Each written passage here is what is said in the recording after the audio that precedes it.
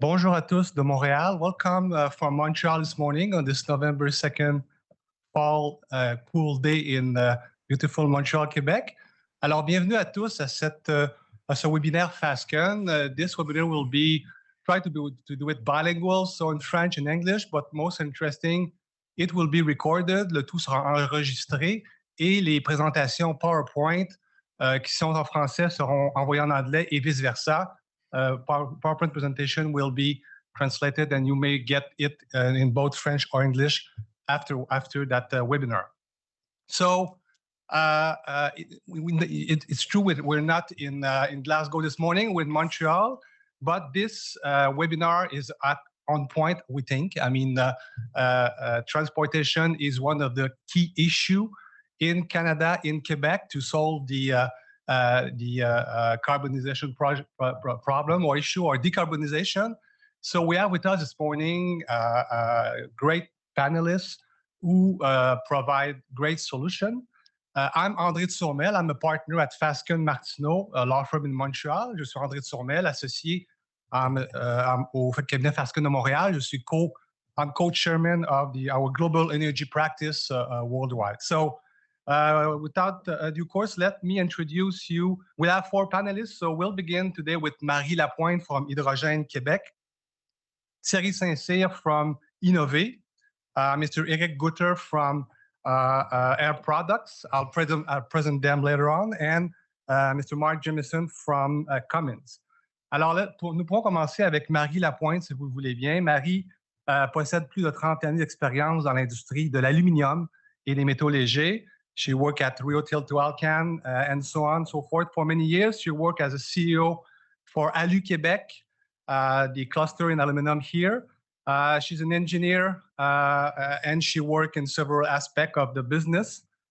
She's passionate for project development and she's now the head of Hydrogène Québec. And let me tell you, she's a dynamo. Marie? Thank you so much. Today, we will discuss with you about shortly what is Hydrogène Québec, our mission, and also what is the purpose for Quebec? What are the opportunities of hydrogen? Why hydrogen in Quebec? And why is it so exciting to develop hydrogen in Canada altogether, and especially for heavy transportation? So if we go,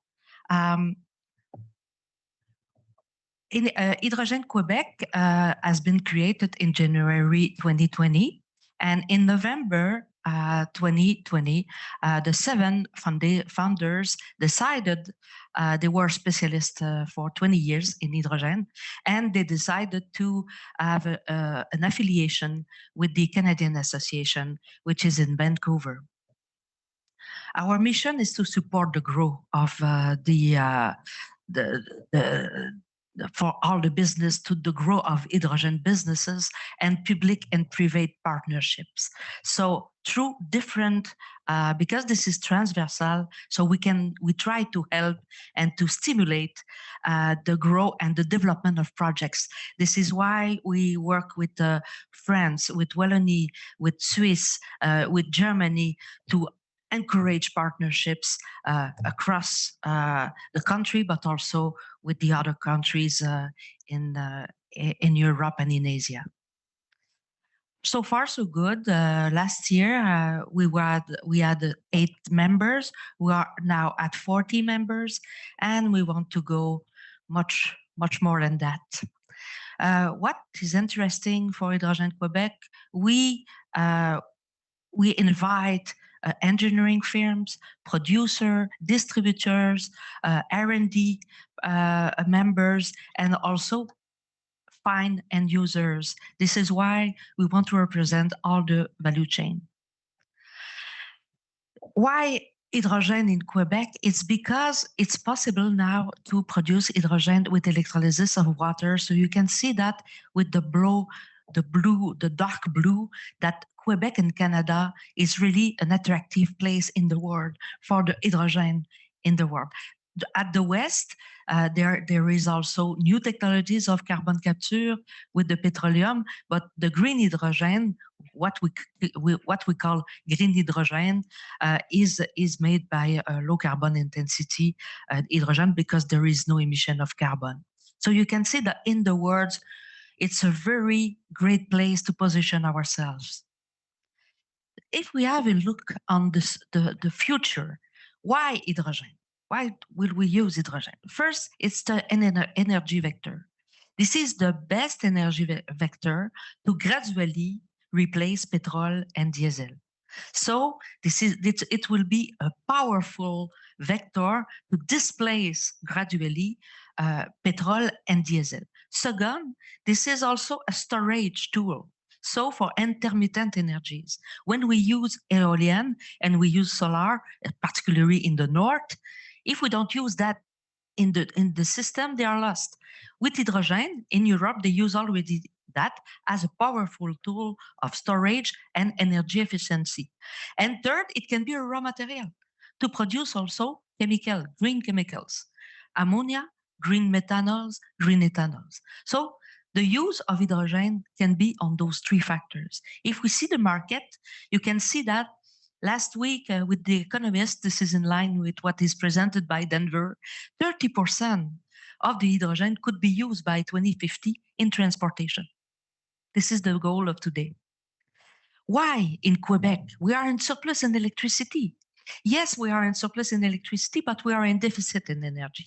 So if you see the graphs that have been prepared by the government and the department, the Ministry of Environment, 43% of the emissions comes from transportation and 30% from industry. So over the next 30 years, all the efforts will be on those two segments.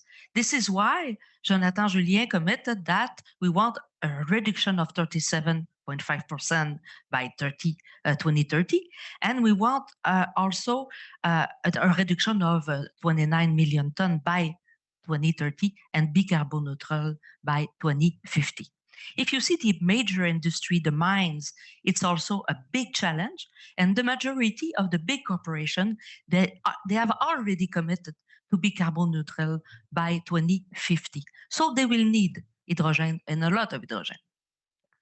If we see the transportation pattern, you can see that the gray at the left, it's the road transportation. This is, and the rest is marine, avionic, ferroviaire. So, but the majority of the emissions that we have are from cars, and also at the right, you can see the split. And the 2/3 of this pattern is road transport, heavy transformation. This is why today we have AirProducts and we have Cummins and we have InnovÉÉ, because we need to put a lot of efforts over the next years on this field. I will just ask you to see that why hydrogen in heavy transportation and in camion. First, with long distance. With long distance, the batteries, you need to have so much batteries that it's irrelevant. Okay, it's not worthy. So you need hydrogen and fuel cells if you want to accommodate long distance and load, and also to accommodate and allow the traction of the camion, especially camion class 3. So the big alliance and the big partnership of Cummins and Air Products is really a key factor of success in the future. And this is why we will see how InnovÉÉ can help also our Quebec organizations. So we have the 5 segments of focus are transportation, biocarburant, support the industry, and also use hydrogen in Quebec as a raw material for the biocarburant. But transport is a big segment. The last one, and we will discuss tomorrow, is, for example, for Énergie to put hydrogen in the existing system like gazifère. This is what I wanted to present today, so I think that I will let Thierry. Merci, Marie. Very interesting, très intéressant. I already have some questions, but as we said earlier, we'll keep our question for the last part of the presentation. So now Thierry is another engineer by training, and Thierry did work in the past for Motorola, and he was also a member of parliament at the House of Commons in Ottawa. He also worked on several ministry in Quebec. He was the member of Montreal, well-known TO Taxi, which is a taxi company using electricity cars. And he's now the CEO of InnovÉÉ. So I'll let Thierry explain what is InnovÉÉ and what they do. Yeah, thank you. And thank you, everyone. It's really interesting to see that there's many people listening to us, even if we are in a quite empty room this morning. So I will try to focus on something that could look like a discussion. I'm very eager to the question, but I'm really pleased to be here in Montreal this morning, talk about hydrogen, talk about heavy transportation, about innovation, and talking about how InnovÉÉ, my organization, could help you through your innovation project. So let's start by our role, our mission. Basically, our role is to stimulate, support, and fund collaborative research project in the electrical energy domain. So that could be electrical industry, smart grid, electrification of transportation, and smart and electric system. Now, you might wonder at that point, what's the link with hydrogen and electrical energy? It's because we focus on green hydrogen, that is hydrogen coming from the electrolysis process. So basically, in heavy transportation, it would mean having hydrogen as a vector, as you said, and while the primary energy would be electrical energy through the usage of hydrogen. So now, how we do that, those stimulation, support, and funding of collaborative research project, we do it by putting together the expertise and the resources, including equipment. And it's very important because in hydrogen research, there's often a lot of costly equipment. So we put those expertise, those equipment, those resources together, coming from both industrial partners and research center. So for every organization, there's always a choice when you have to innovate to develop a new product, a new solution. You can do it with your own internal innovation department. That's a way, that's a traditional way to do it. But the other way, the one that I will talk in the next minutes, is collaborative research. And then what are the advantages of doing it that way? For the industrial, well, the first thing is get a concurrential advantage faster and in a more efficient way that it would have doing it by itself. The second thing is, well, you have access to funding, public funding in this case. So of course, it's a very important thing. It's non-refundable funding, so it doesn't impact it. It's not a debt. It's not.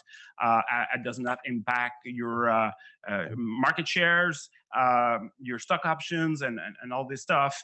So it's very interesting. It allows you to leverage your investment in developing those innovation. And by leveraging your money, well, you reduce the risk. You have access to state-of-the-art equipment. And you also have access to an important expertise in the academic world and even to future employees. Many times we see students that works on research projects that are hired after the project by the company that worked on that collaborative project. So basically you get paid to train your future employee. That's quite interesting.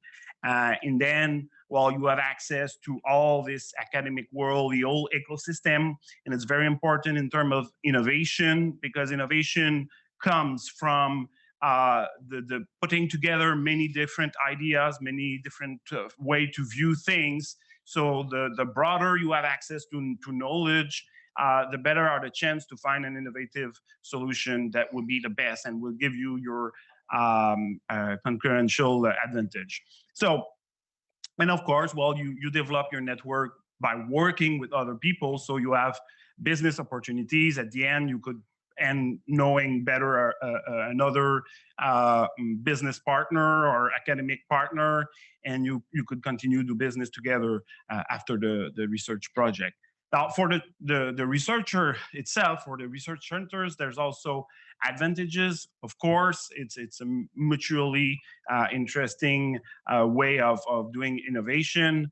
The first thing you see is, well, making sure he's aligned with the need of the market, have access to funding also, of course, and also reducing the risk.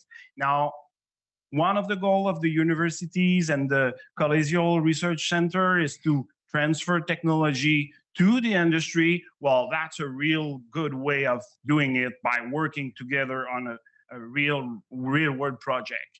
And then it also to allows to train highly skilled personnel, develop the network, and offering very interesting project for the student. At the end of the day, students usually love to go on those projects when they see concrete result in the real world. So I've tried to explain that. That's the theory, and I wanted to be more concrete in the real world. What does this look like?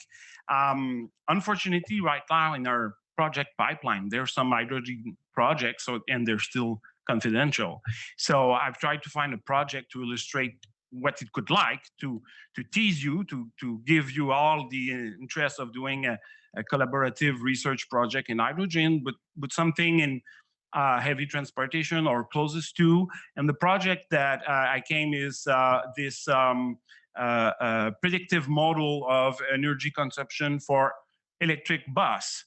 So basically, you could just change the battery electric bus by green hydrogen bus, and it would give you an idea of what kind of project could be done. So in that case, you see there's 6 partners. So when we talk about collaboration, that they're using from the operators 10 New Flyers electric bus during 12 months of operation. They call it, including the very ash winter here in Quebec. They collected 2 terabytes of data, real world data.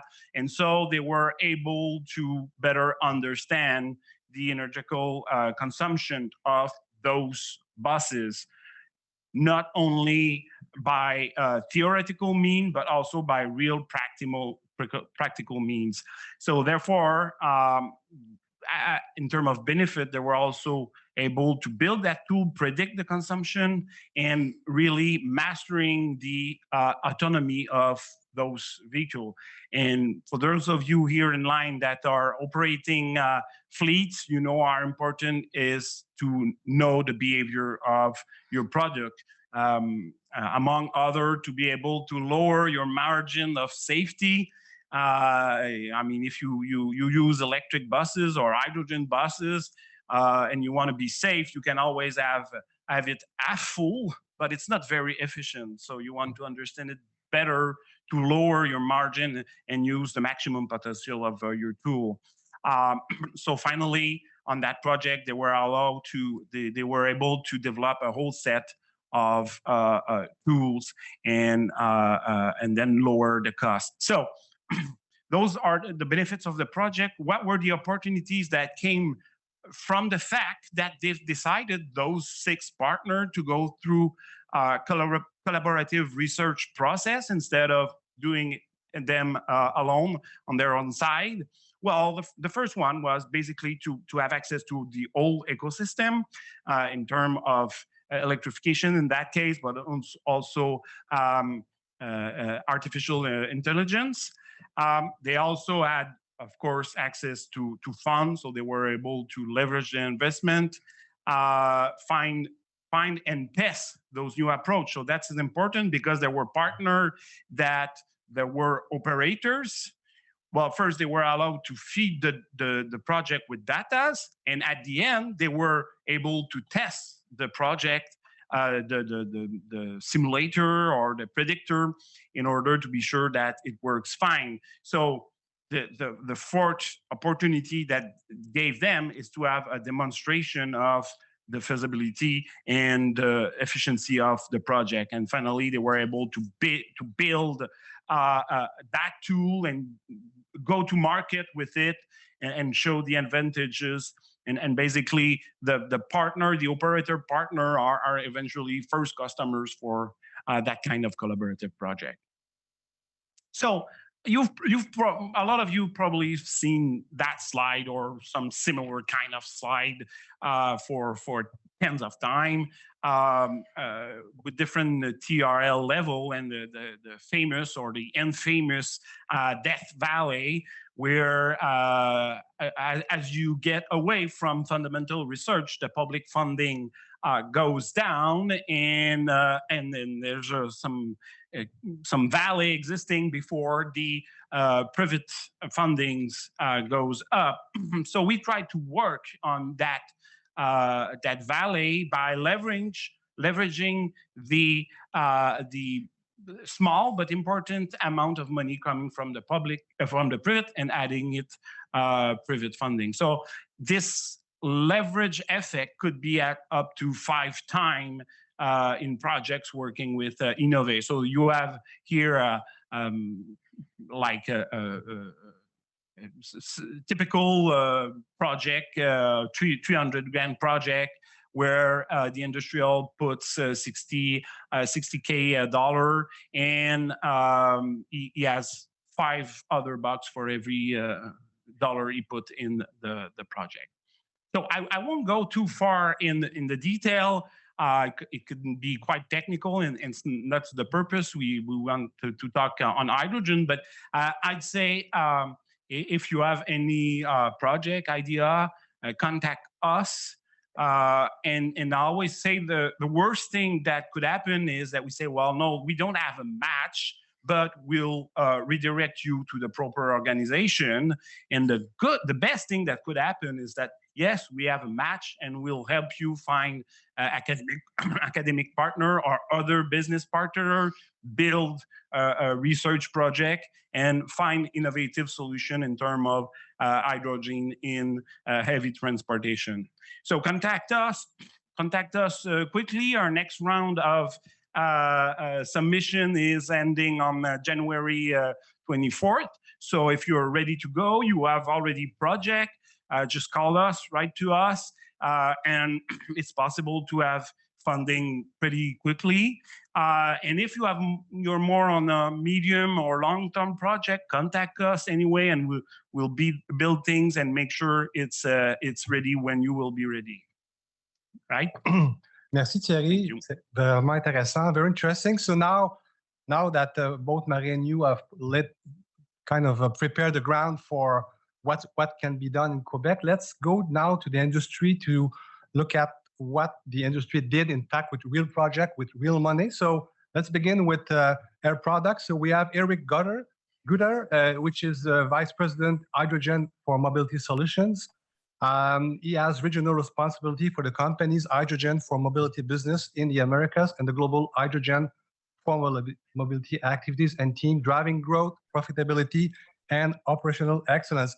He used to be in the U.S. Navy, but I know that he joined Air Products that dates back in 1995, which impressive.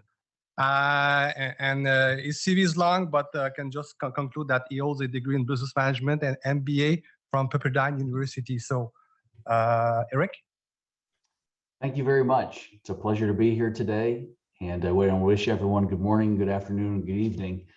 Thank you to our host, Fasken and InnovÉÉ, and our strategic partners, Cummins, here, and look forward to speaking with you.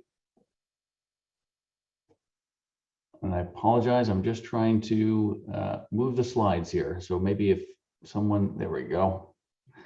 So just by way of background, AirProducts is a world-leading third-party provider of hydrogen. We've been in business for over 80 years and have been producing hydrogen for over 60 of those years. We have about 19,000 employees around the globe, helping us operate over 750 production facilities, and have tremendous experience in the industrial gas business. In addition to that, some things that people don't know about us is how we've been involved in hydrogen for mobility operations for many, many years as well.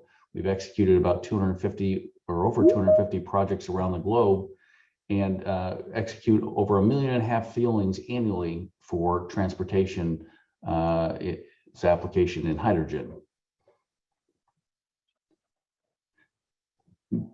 Just by way of background, AirProducts is very committed to sustainability.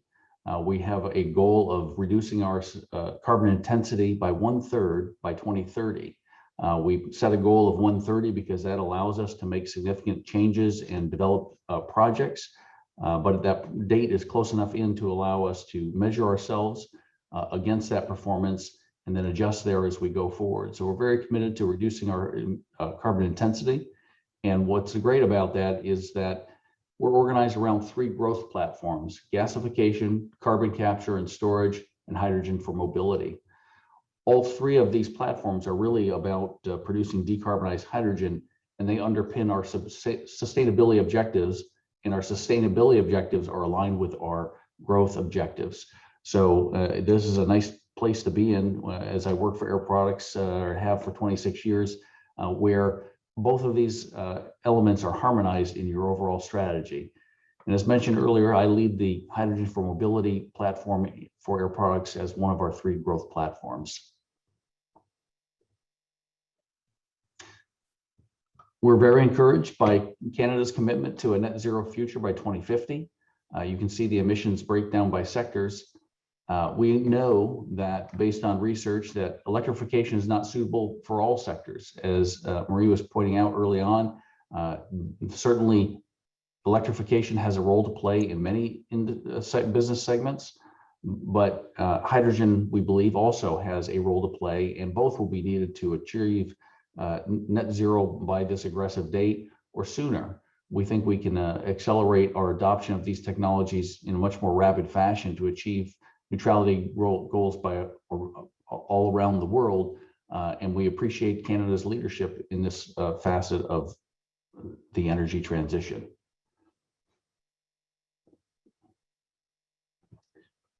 So Marie touched on this a little bit earlier, but some of the breakdown where we think electrification has a role to play and hydrogen has a role to play. Well, electrification, we believe, is very well suited to light duty applications, cars and light industries, commuter rail, buses on shorter routes. And it's no issue, there certainly will be crossover, but generally speaking, this is how the technologies align. And as pointed out earlier, hydrogen will have a distinct role to play in heavy duty applications. This is primarily due to the weight of the vehicle and the long range and fast refueling requirements of this segment.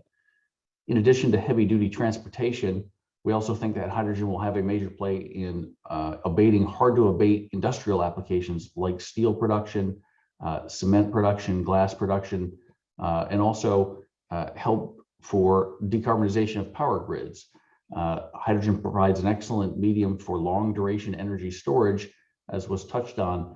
The challenge with renewables is that they're intermittent by nature, and so you need long duration energy storage, which batteries are not suitable for. Obviously in Quebec, where we have tremendous hydroelectric resources, that's great because that is a 24/7 energy technology to help you decarbonize.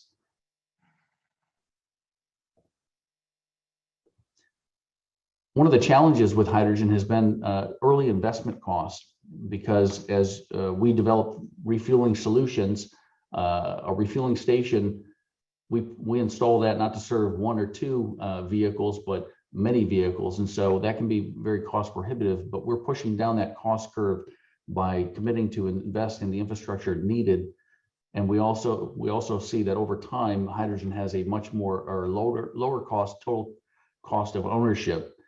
when we think about the vehicles as we scale up in technology.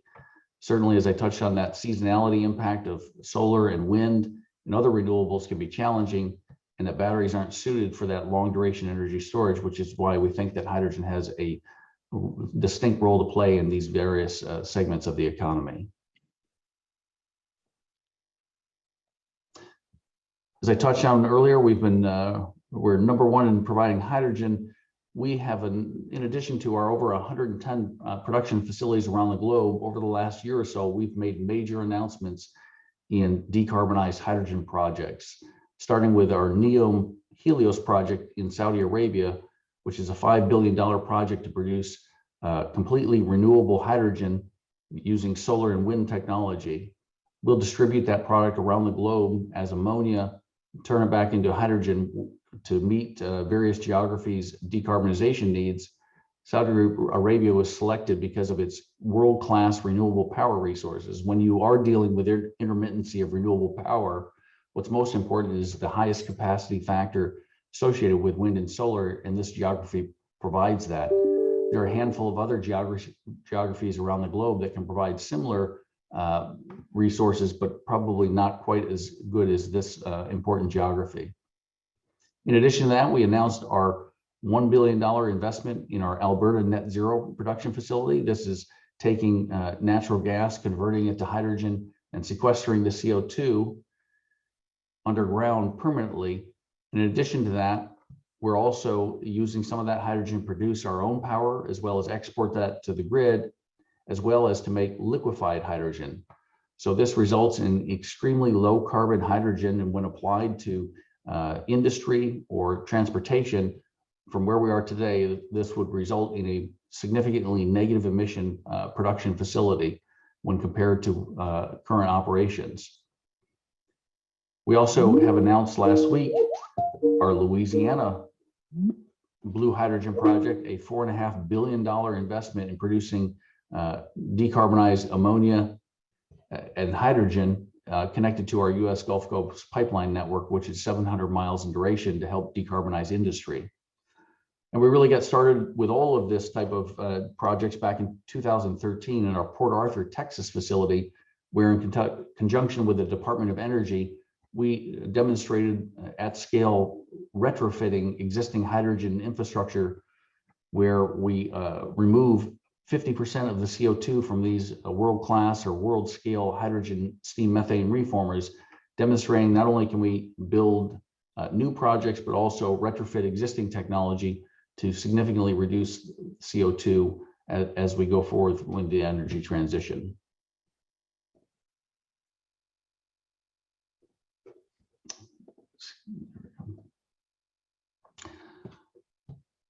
In addition to that, as I touched on, we've had a major presence in mobility, and we've been really fueling vehicles for about the last 30 years or so, and provide hydrogen to forklifts, cars, buses, and trucks today all around the globe. And we're executing a number of more projects as we work with various geographies to help them decarbonize their transportation sector.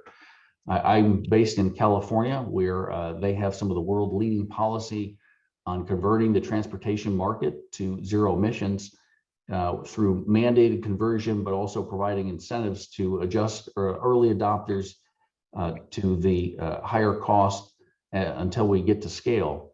And so we are providing hydrogen in a major way here in the state of California and decarbonizing those various transportation segments. We have, in addition to this, we were some of the early providers of technology and actually helped develop a lot of the fueling patents early on to provide safe and consistent and reliable refueling of all of these vehicle segments. So we're very excited about what we've done in the past and look forward to leveraging that and building upon that going forward. That's great. Very impressive, Eric. Thanks a lot for this worldview of hydrogen production. Sorry, continue. Okay. All right, apologize. It just takes a minute for the advance to pop up on my screen. I didn't want to cut you. No, that's okay. So how do we see this happening? We see this happening through policy, such as where I live and in other jurisdictions like Canada, where policy creates those end-use markets and the development of production sources to come together to meet various geographies' decarbonization goals. And we're really excited to have announced, in conjunction with Cummins, decarbonizing our entire fleet of heavy-duty trucks, which are approximately or just about 2,000 across the globe. We think this is the best way to lead by example, to demonstrate this technology for others as the only way, or only reasonable way, to decarbonize our trucking fleet. So we have decades of production and distribution refueling experience. We have a tremendous amount of experience and to provide safe and reliable, cost-effective solutions to decarbonize transportation. And look forward to your questions at the conclusion of this, but very excited to move forward on this journey. Thank you. Okay, that's good. Thanks, Eric. Thanks for this presentation. No Very interesting. So now let's turn to Mark Jamieson. Mark is from a program director at Cummins. He's with the new power business unit at Cummins, the company's fifth and newest business segment, which pioneers and manufactures emerging and cutting-edge alternative power technologies. So Mark leads the activity with AirProducts to transition their global fleet to hydrogen fuel cell electric, as well as other emerging partnership and opportunities. So Mark, your turn. Thank you, André. And good day to everybody. Good morning, good afternoon. And just wanted to take the opportunity to thank you all, both for the group for setting up this webinar and giving Cummins the opportunity to present today, along with our partner, AirProducts, on the program that we're going to talk about. I thought we'd start with a quick video on an introduction with Cummins. It won't take too long if we could just play that, and then I will follow on.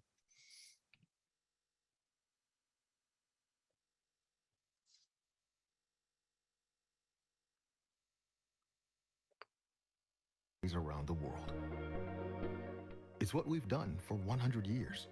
Our expertise and experience is rooted in this history, but the future pulls us forward, and we're always innovating. That's why we're at the heart of the power revolution, helping industries decarbonize to unlock a cleaner, more sustainable future. We passionately believe that hydrogen is mission critical. It's the most abundant element on Earth. It's light, storable, reactive, versatile, and energy dense. Crucially, it's renewable and capable of being carbon free. Already, we have over 70 years hydrogen expertise, and we've only just begun to unleash the possibilities. Our experience is unrivaled, with more than 600 electrolyzer systems installed worldwide. And we're setting records, powering the world's largest PEM electrolyzer in operation in Bécancour, Quebec. Through the acquisition of Hydrogenics in 2019, we accelerated and deepened our capabilities, pairing them with the resources and expertise needed to usher in the hydrogen economy at scale.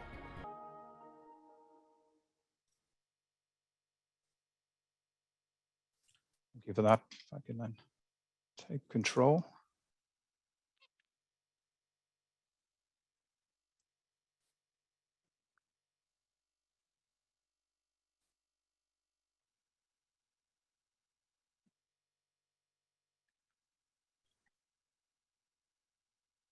Seems like we're on a different set of slides.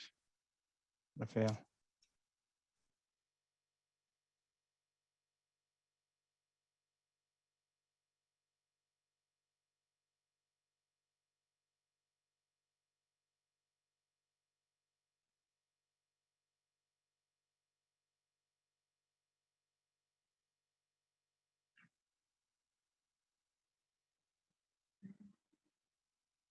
Perfect. So I wanted to spend a bit of time just following that introduction as well, just to cover a bit more about Cummins. And obviously, as the video was showing is very much about our participation in the hydrogen space and the EV space. But we as Cummins, we remain committed to provide the right solutions at the right times to our customers.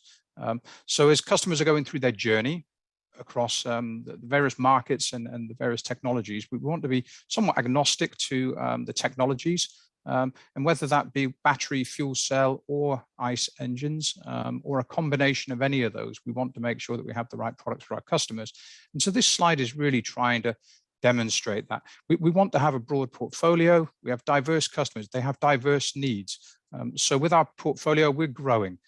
We have advanced diesel, we have natural gas, we have battery electric products, hybrids, fuel cell electric, electrolysis technologies to support it. We even have hydrogen internal combustion engines that we've now developed in testing as well. So we remain agnostic, but also conscious of the needs of our customers. We're not looking for customers to approach us. We're trying to develop the technologies to support them as they reduce their carbon footprints wherever possible today. And we'll continue to invest in that. So the slide talked about some of the investment we've done. There's a lot of investment within Cummins that we've put forward as we go through the energy transition and journey for the future. And we continually to grow. The requirements of the market are driving us to do that. So we are looking to be the best in terms of technological innovation. We bring our customers the most reliable, high quality, fuel efficient, clean power solutions that we can offer. And really, we're going to try and go through a few slides here and give a bit of a taste for that as we build into this. Hopefully I can get these slides to work without too much. Obviously, today we're talking very much about hydrogen. So I want to spend a bit of time just talking through where we see fuel cells. And Eric also alluded to an aligned view on where hydrogen, battery electric both have a place. But where we see fuel cells, particularly from a Cummins focus today, transit buses, railways, municipal vehicles, commercial vehicles are segments that we're active in and working in. But we also see, within the Cummins broader portfolio of customers and supporting them, we also see they're always looking for opportunities or support in the other segments: marine, mining, construction, fire emergency, defense, agricultural. So there are many different segments we support, but we're focusing today very much so, and we see where most of the activity is drawing us are in the top four that you see above, with vehicles that we have installed our powertrains on today.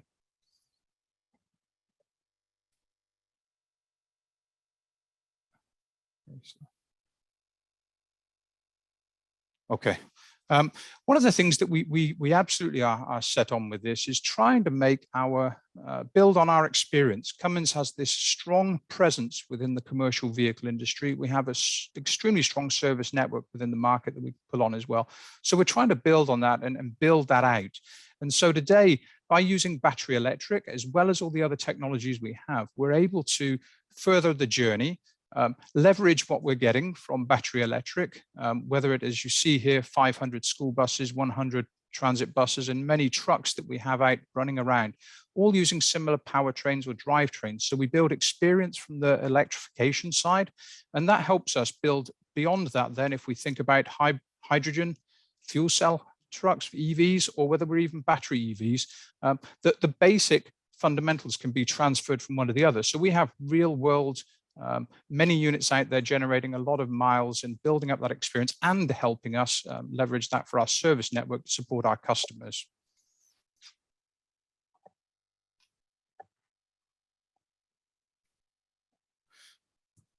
Nice graphic off to the right there, just to show the fuel cell working. I don't propose to go on too much, but what you see here obviously is hydrogen going into the anode. We feed air into the cathode.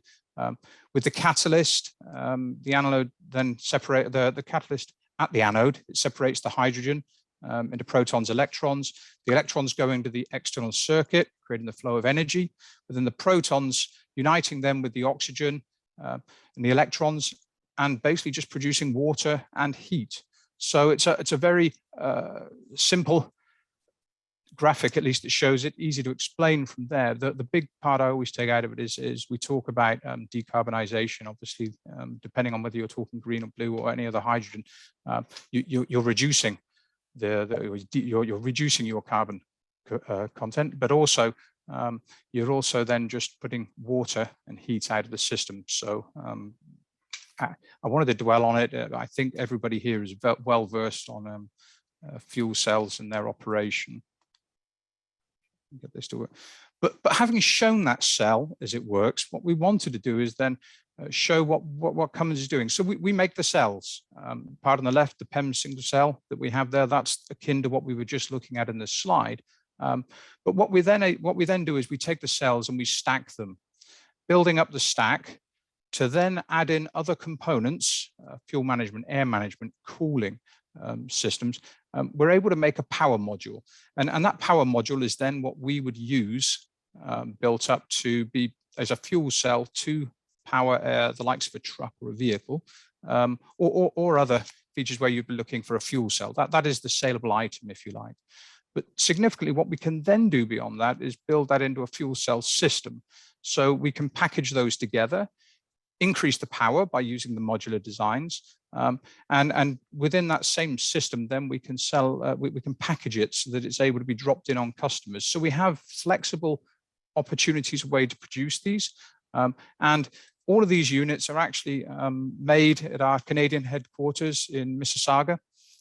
So a link in as we're talking today for that side as well. If I can get this in. What you then see on the final image is just a broader section then of the fuel cell system, because within that, having just packaged them together, what we can also then do within the system is build in the hydrogen storage. So it can be a truly independent system that can be taken and utilized in different applications. I believe this particular one is used in a rail application where it's just mounted in. But we start talking about that module and bringing that into heavy duty trucks. And obviously we're here talking today about the AirProducts opportunity program that we're working on. Becomes very relevant for heavy duty trucks, but we're highlighting here some products that we have out running that we're working on today. But I wanted to just sort of spend a little bit of time in terms of thinking about the benefits. Eric presented some of that earlier on. I'm just really building on it, I guess. But if you think about it from a hydrogen fuel cell perspective, we have fast refueling times. So they do support, beyond some of the other benefits, actually refueling being a critical element to this. It is a big factor that helps with hydrogen refueling. There are different types of hydrogen pressures, ways of fueling, but nevertheless, the speed is significant. And what that does is that, combined with hydrogen's ability to extend your range, gives you route flexibility. You can support longer range requirements. Battery electric, as we were talking, and I've seen, as we go through several of these presentations, that's one thing we highlight. Battery electric can have limitations for range, especially because of the amount of onboard energy you have to put onto the vehicle to be able to give you that range. And that onboard energy is where this really starts building this in. So onboard energy means more batteries add weight. By using and more weight on the vehicle starts reducing your payload. So with hydrogen fuel cells, you're able to leverage through storing the fuel in the tanks. You can actually reduce your total weight, giving you an increased payload compared to battery electric systems. And so you combine that with the range, it really starts to leverage itself that way. And then obviously higher power requirements, just something that you're able to support higher power requirements by squeezing in more energy and driving that.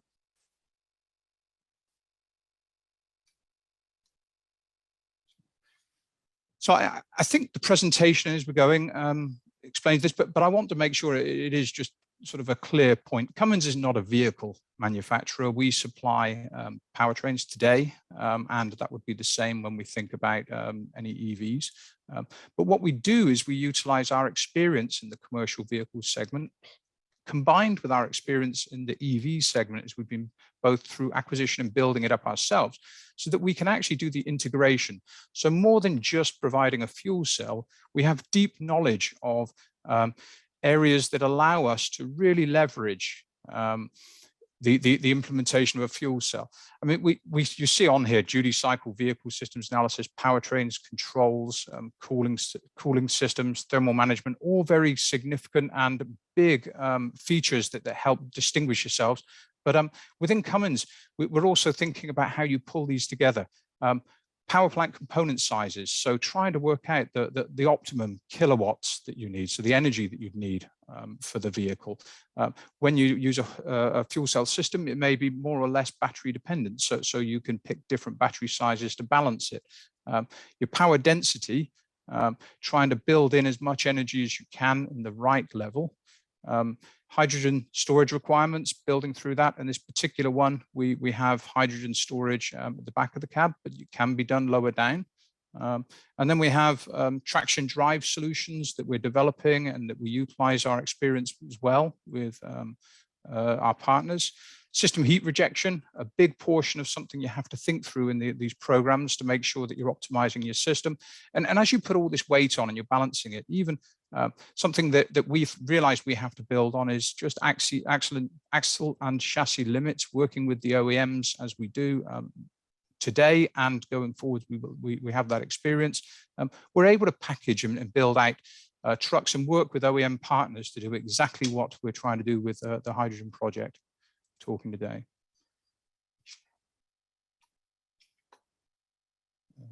Just skip. Perfect.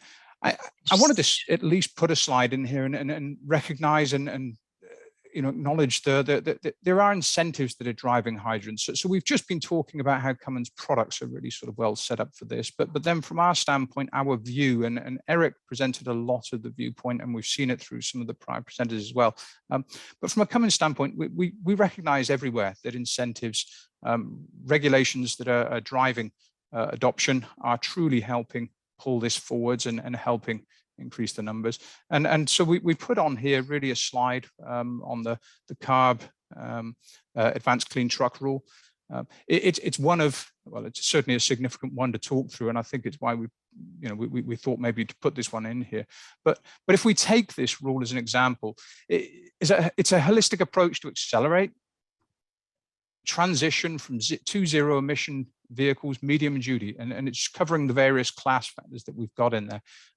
But what you see is, significant increases in forced adoption or in incentivized adoption, or driven actually adoption of percent truck sales. And you'll see it all the way out to 2035.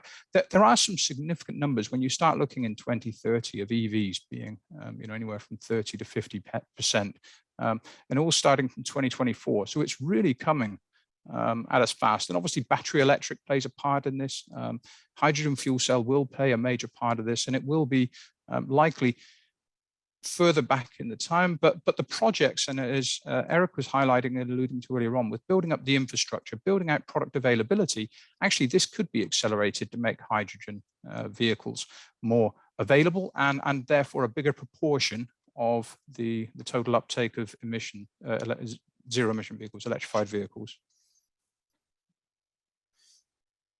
And so to try and support that, we've been building up our capabilities. We talked about battery, we talked about what our product is, but we are building out our capabilities in terms of availability as well.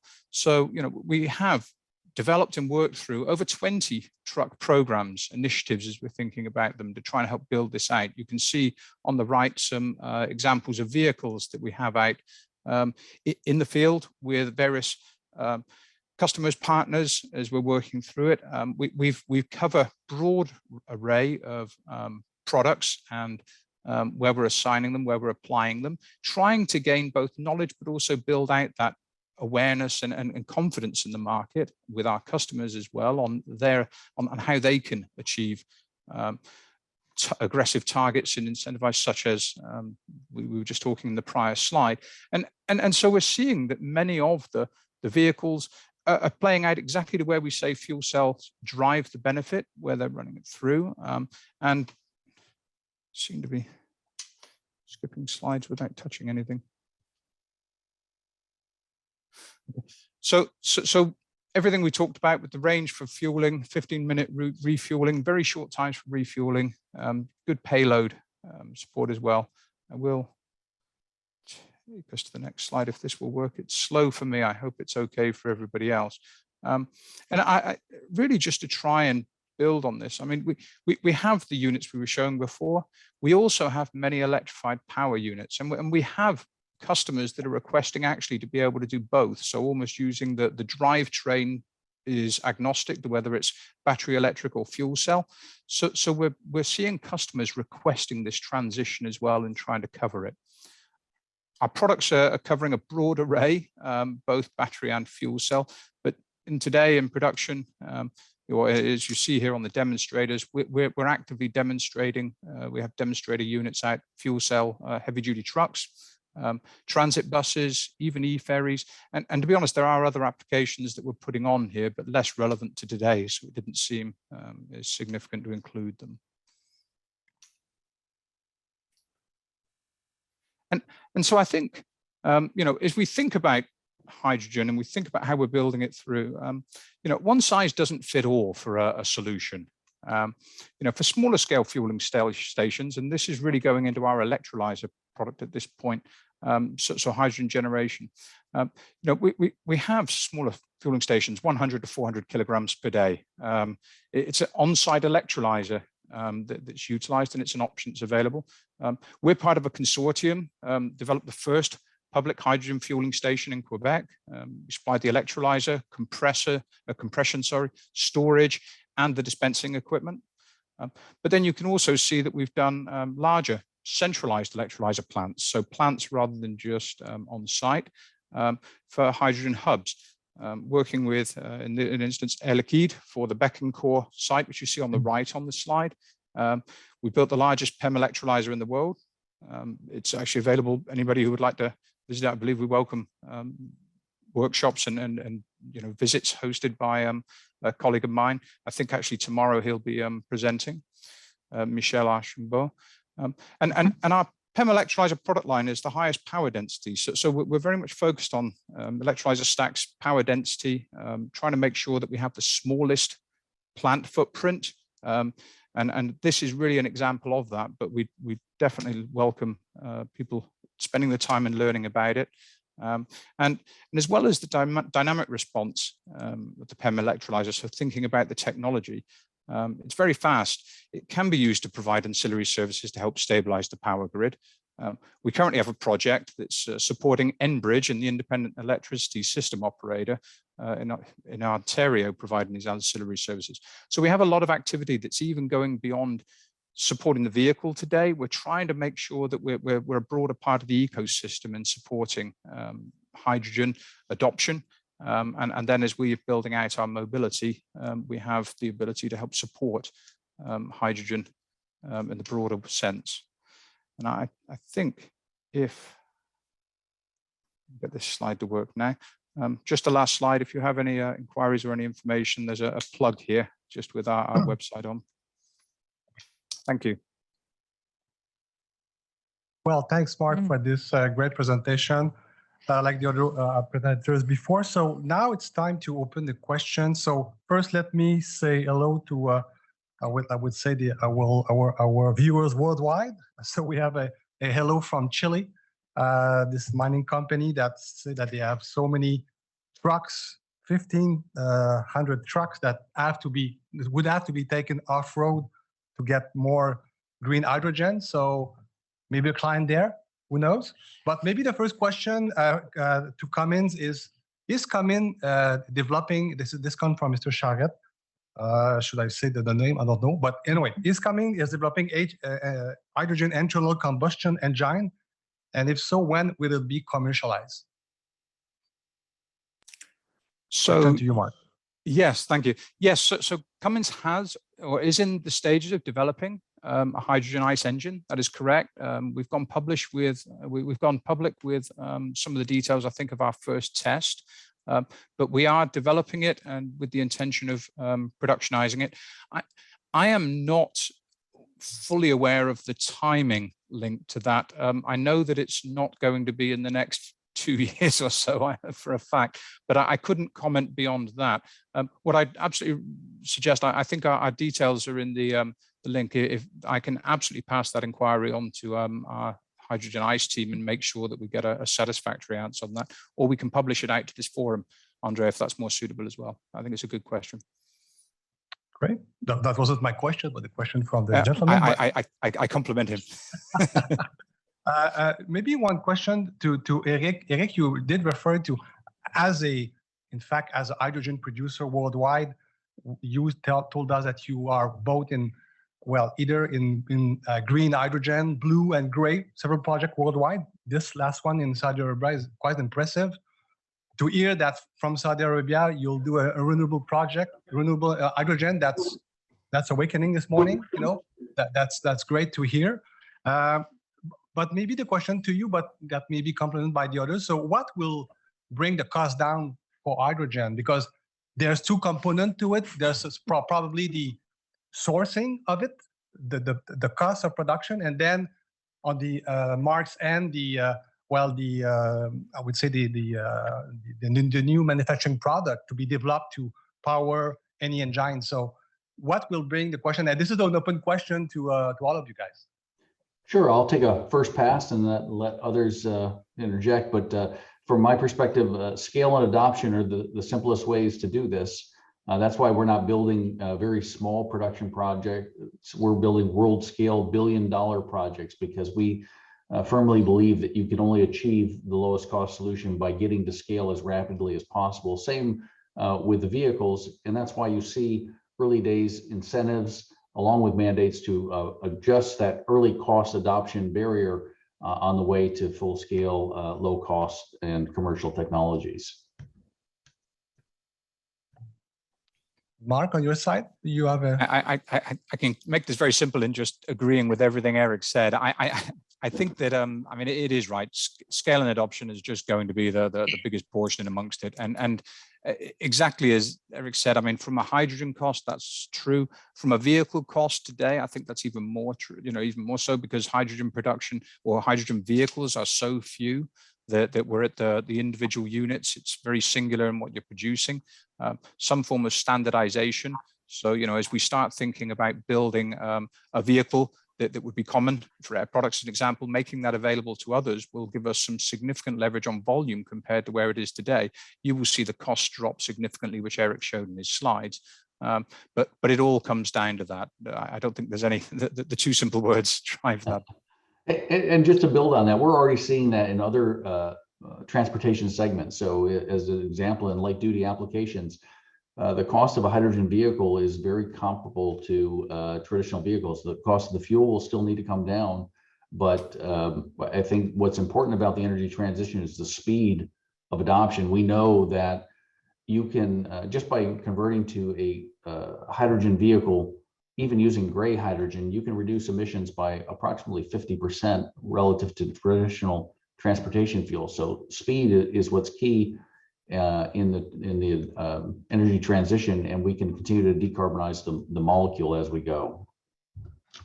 Okay, I remind that you to our viewers that you may write your question on the chat board. We have some time to discuss this morning. So I have a ton of questions, but don't hesitate to add yours. Maybe a question maybe to Thierry and or Marie, because this morning we hear about major company like Cummins and Air Products. But earlier we heard Thierry about InnovÉÉ and maybe smaller kind of startup kind of effort or bringing the industry and academic together. So is there some room to I mean, smaller or company or startup facing this, well, I would say two giant? Is there some room in the hydrogen sector, to your knowledge, or to do more research? Probably, but yeah, of course. And I just step back on the previous question.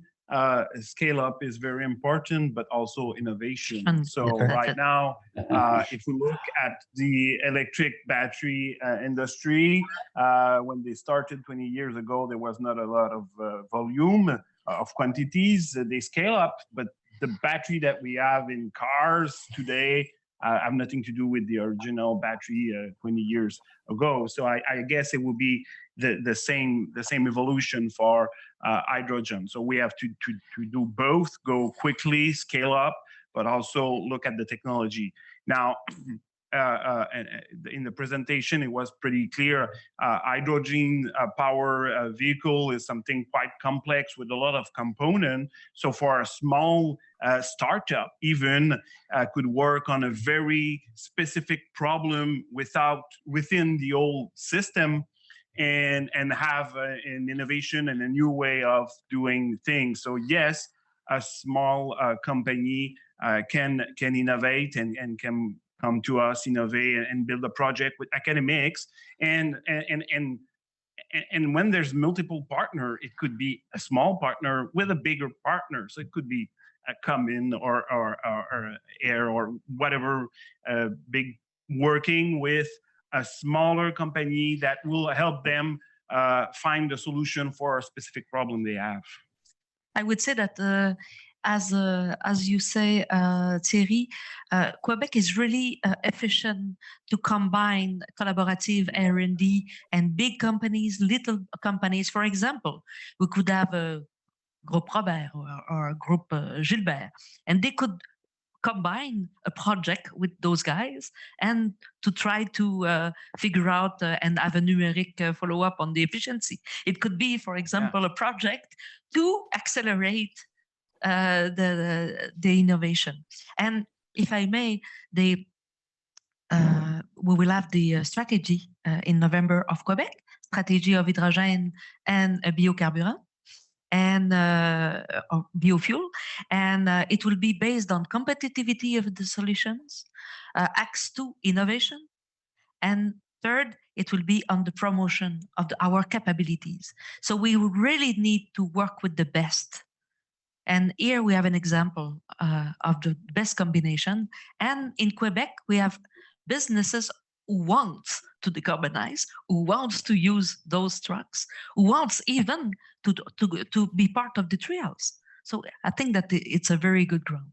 Yeah. One of the I just add, and I think it's important. Innovation is not only technological or hardware innovation. Innovation could be a new business model, new way of operating fleets, of deploying. We're talking about scale up, having more volume, how we do that, what are the best roadmaps to get there, and there's a new way to deploy things on the ground. And this is very important. We see it right now with the battery electric industry. Their stakes is deployment. It's not that much technology. So hydrogen will face the same stake.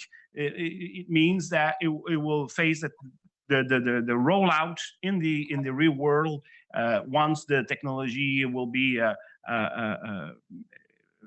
fixed, or it's not fixed because it's already up and running, but it will be improved. So we have to keep that in mind and start thinking and innovating right now on ways to deploy on business model and not only on technology. This is why we think that we will need hubs, producer of electrolyzer, and at proximity you have stations of distribution. So we need to create this network of stations in Quebec first to be sure that the trucks will be able to be fueled. And we are convinced that we are part of the solution for the decarbonation. And if we want to have 1.5 million vehicles electric, hydrogen will be a part of the solution by 35. Some of the questions that come to the chat are with respect to storage and transportation. Mm-hmm. What about are there any issue with safety and costs on both storage and transportation? Some seems to say that it's costly to transport hydrogen. Yes. I'm not aware about the safety issue, but I may want to hear you about those issues. Sorry, was that question directed at me? Well, I was looking to you, but over here, Mark. No. So I saw the question about transport of hydrogen and its cost. Good question. I think that when we look at the way hydrogen has been transported early days for mobility applications, it's traditionally transported as a gas. I think it's certainly much more cost effective to be transported as a liquid because you can carry much more volume, and certainly the lowest cost solution would be delivering it via pipeline solution. So delivering it as a liquid, because you can today transport about 4 times as much capacity as you can as a gas, brings down that distribution cost tremendously. And then ultimately where we have pipeline networks, as I suggested in my slide package, those pipeline networks can be leveraged as well as existing pipeline networks that can be converted to hydrogen service to deliver an even lower cost distribution model. One of the questions that come also is because we do talk, of course, we do see hydrogen station in cities, but there is all about this issue about rural or not so well small town kind of region. So how do you see, because most of the time either the pipeline doesn't go there, then you have to store, I mean, in a sort of a kind of propane type tank, or so is it something a major issue on the cost side of things, or it's kind of the same thing but it's more just costly?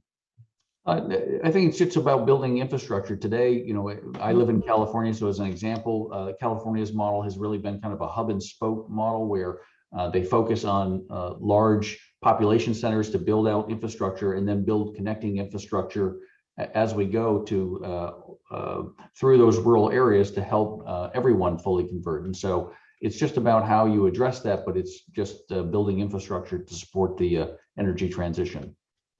Okay.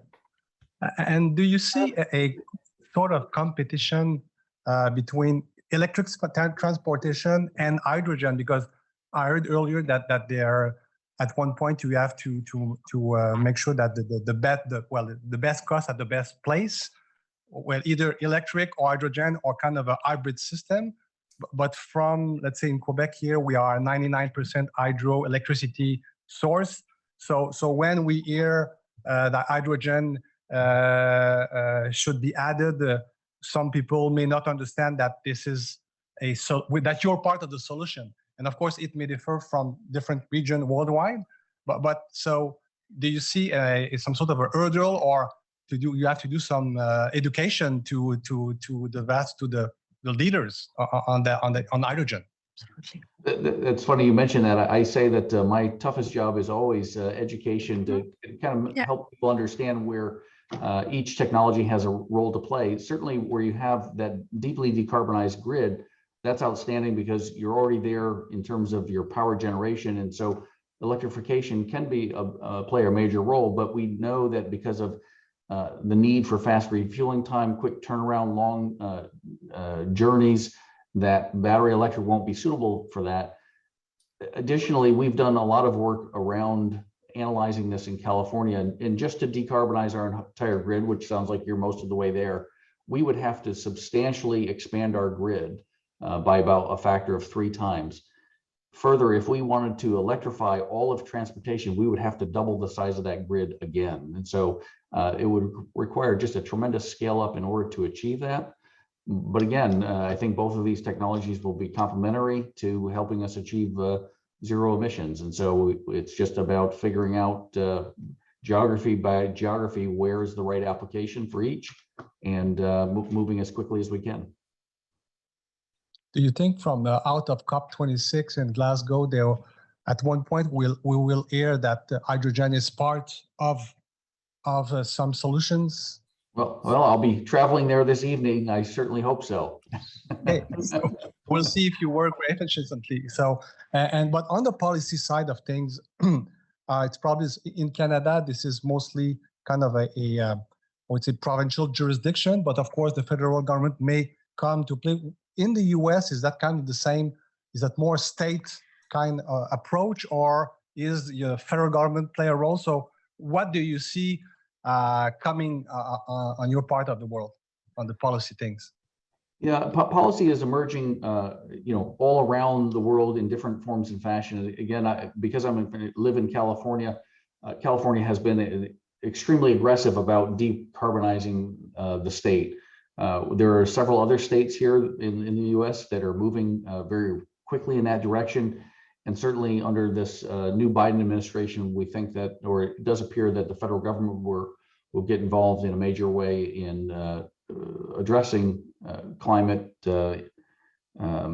change. And so we'll see how it goes. Obviously, when there's a political process, it can change and over time. But we do think that because this is such a universal problem, that there is now alignment politically that we have to act quickly. And so we are seeing both federal and states acting in the U.S. in similar situation globally.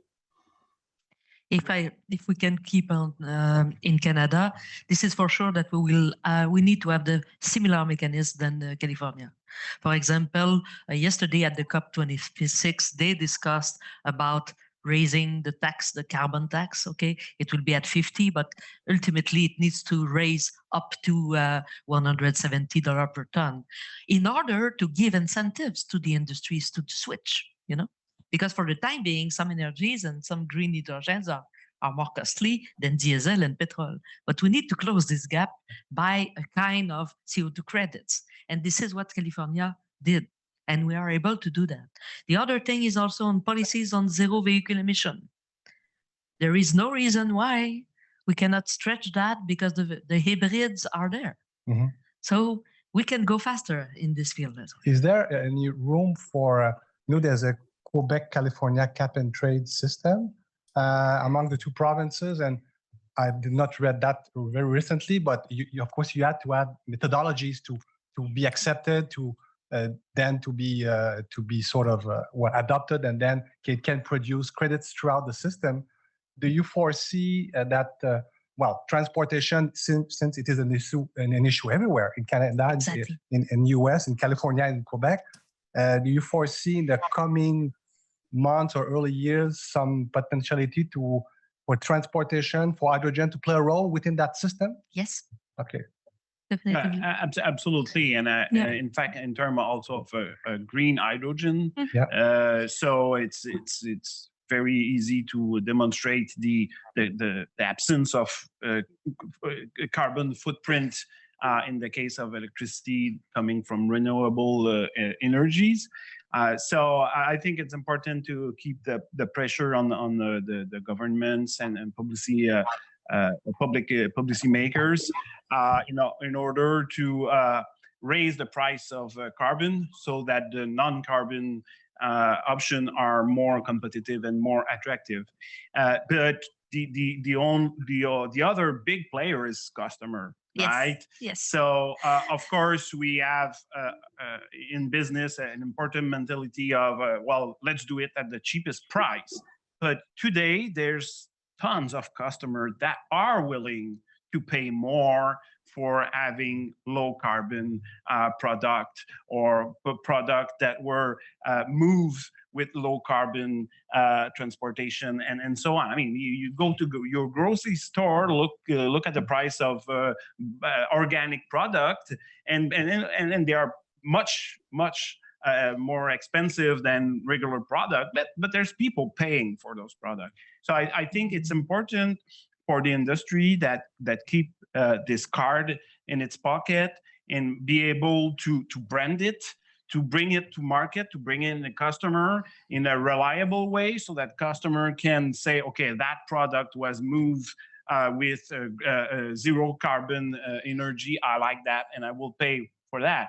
And as you said in my biography, I was in the electric taxi fleet, and people were accepting paying more, waiting more to have zero emission products. So we have to keep that kind of customer that will help us accelerate the deployment. Those early adopters will be very important.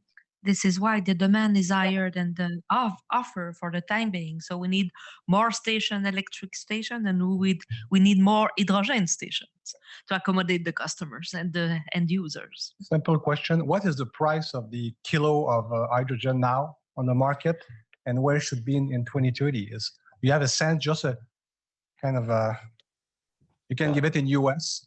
Yeah, it's difficult to quantify because of the various applications and so many aren't at scale, and so I wouldn't want to venture a guess at price. And I think this is a fascinating discussion because if I step back for a second, I think about the policy that's needed. In my global role, the most effective policy I see is where there's this healthy balance of mandated conversion and also subsidies to offset higher costs until you achieve scale. In addition to that, I think when we think about cost, we have to, look a little bit broader in terms of today. I think the oil and gas industry globally is subsidized to about $1 trillion annually. In addition to that, we place no value on the cost of carbon's impact to society. We already know that 2020, I think, was the highest year on record in terms of environmental impact associated with climate change. And so until we start thinking about it in those contexts, this discussion around cost won't reasonably be fully understood. But fundamentally, the U.S. And California both have major initiatives to get to very low cost hydrogen. I think $1 per kilogram federally, $1.50 in California.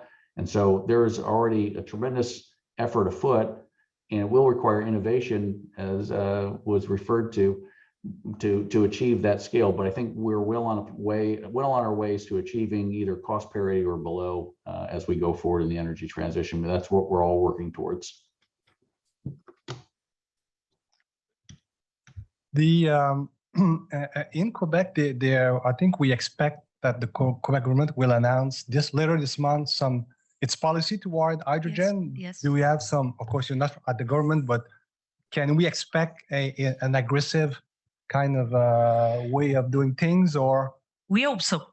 Okay, you push for that for sure. Exactly, okay. Because we need the Quebec government is already really aware about the potential of hydrogen in biocarburant, and the projects in Varennes with greenfields with ethanol to produce green methanol, green ethanol. They are big projects, and Quebec is really aware about that. They are really aware about the potential also to take digestion of dusts and in a circular economy to produce hydrogen and to produce green methanol and ethanols. This is done. But we need much more than that, as you know. We need a lot of energy in the future to decarbonize industry. And industry, they will want to do that. But if they pay double the green hydrogen than the gray hydrogen, it will be difficult. So they need incentives. So we are really, we hope that those incentives will be developed, the mechanism of CO2 will be developed. And also, we hope that those guys will have help to build the infrastructure. This is really key. And I think it's no secret that the government will probably strongly focus on green hydrogen. It's for sure. Okay, because in Quebec, there's a strategic interest more than the environment. We produce a lot of renewable energy, very cheap energy, electrical energy. So the game is to try to use our surpluses that we have right now during this transition period and produce as much green hydrogen as we can. So, but this strategical interest for Quebecers drives and stimulates the whole industry, the whole hydrogen industry, because then, as you said, well, we have to put station, we have to have vehicles, we have to develop this industry. And it's in many ways close to what happened with electrification of transportation. Exactly. There was a strategical interest that made Quebec a leader in North America, not because we're better than others, it's just because we have strong economic interest in doing that. And with the mines that we have in the north, it will be great for them also to have to use in remote area and for the collectivities also to use to create aeolian, solar energies and to store that and to use that and to manage that, to store the energy and to manage their energy remotely in an autarcic way. It's really great for them. It would create a lot of pride for autochthon collectivities and in the north also. And the question that comes to mind is, could there be a, let's say in Quebec, the price of electricity is very cheap, industrial tariff is cheap. Should there be a special hydrogen tariff? I mean, because to generate hydrogen from electricity, because these days one may question, yes, we may sell the large quantity of energy to either New England or New York. That's great. That brings revenue to Quebec. But at the same time, you have to check and balance the cost. So the revenue, where is the biggest revenue? Yes, one thing is sure is that when we use an electrolyzer or when we use a fuel cell, we should not be penalized because they use a peak of energy, So they need to have a good tariff stable tariff, and it's a good thing. In Quebec, we have already good electric tariff, but we need to have a stable and affordable hydrogen tariff as well. Okay, you tell me that we're still 5 minutes. You are still there. Okay, so well, maybe just in conclusion, maybe I ask our two colleagues, maybe beginning with Eric. So what would you like? I mean, in your best dream, it's let's say in a year from now, something that will be done and achieved, that you will see that not especially for your company, but I mean on the, well, maybe a real decision done by the policymaker that is concrete and it's happening. What is your best dream? Thank you for that. I think stable and consistent policy is most important to this transition. The only reason we're talking about this is because of leadership like in your jurisdiction is taking towards the energy transition. Absent that, everyone would be doing things business as usual. And so that stable and consistent policy creates that market signal for people like us to go build large production facilities to support the energy transition, build the infrastructure that's needed. And I think, I don't want to speak for Cummins, but I think gives them the confidence that to make those vehicles and that there'll be a market for those. And so if we can do that, we can do this very quickly. So it's just that consistent and committed view to the energy transition. And then AirProducts may come to Quebec to build this giant facility to generate hydrogen, right? We would love to do that. Let us know. Okay, great. Mark, on your side, what would you like to see in a year from now? Something done that would. I think Eric made me pause actually, because my answer would have been maybe slightly differently in that I was thinking more aggressive policy, just to, but really to achieve exactly what Eric is saying. I think stable, consistent policy. I think some form of policy that provides that security and a bit knowledge that it will grow and be able to build that confidence is really what we need to see. It really sets out the ability to build up, whether it's infrastructure, confidence in vehicles, from investment from the OEMs and from powertrain investment, equipment. All of that really comes around from having the confidence and knowledge that this is going to be something that's going to build and take off at a consistent rate, that you can invest and build infrastructure and capabilities as required. And that's where I think actually maybe Eric's stable versus my more aggressive makes sense, because it really is going to have to be a pragmatic approach that we need to build this up rather than being too aggressive. But I'd like to see something there that really is promoting it and driving that. So thank you. I say, gentlemen, maybe we have 2 minutes. So Mr. Pipon, if you want to ask a question, Mr. Pipon? No? Okay, because we see you on the camera. So, okay, I thought you had a question. Okay. Yeah, with a flag from Britain, Bretagne. Brittany, okay. Bonjour à nos amis. Okay.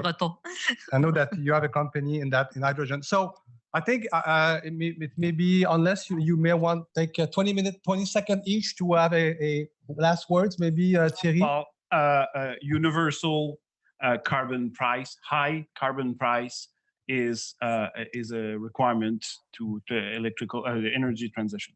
Marie? To change, we agree. Our member agree with what they said. We need a stable, long-term strategy for hydrogen. Not a Russian hills exactly, okay. And hydrogen is a tool in the transition.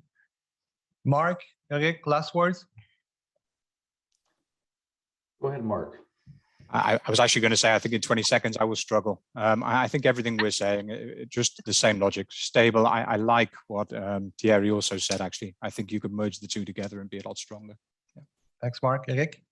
No, I just want to thank everyone for organizing this and participating. It's through your leadership participation that this has the opportunity to achieve what we all hope it will achieve. So we just want to thank you very much for your participation. Thank you, guys. Fasken. Thank you. Thank so you, maybe just in conclusion, so Fasken is doing this kind of webinar on a weekly basis or monthly basis. Our next one is November 17 on energy environmental